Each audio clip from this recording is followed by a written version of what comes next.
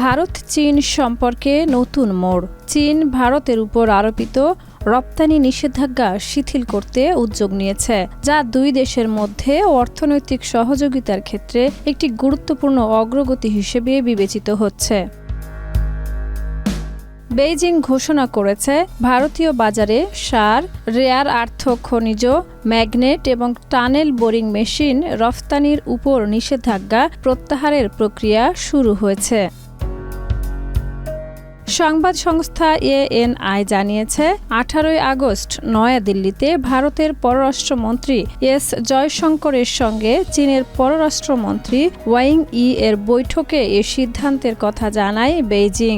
বৈঠকে ভারত স্পষ্টভাবে জানায়, হঠাৎ সার রপ্তানি বন্ধ হয়ে যাওয়ায় রবি মৌসুমে অ্যামোনিয়াম ফসফেট সরবরাহ ব্যাহত হয়েছে। পাশাপাশি বিভিন্ন অবকাঠামোগত প্রকল্পে ব্যবহৃত টানেল বোরিং মেশিন চীনে আটকে থাকায় কাজ ব্যাহত হচ্ছিল। 3 দিনের সফরে নয়াদিল্লিতে পৌঁছান ওয়াং ই।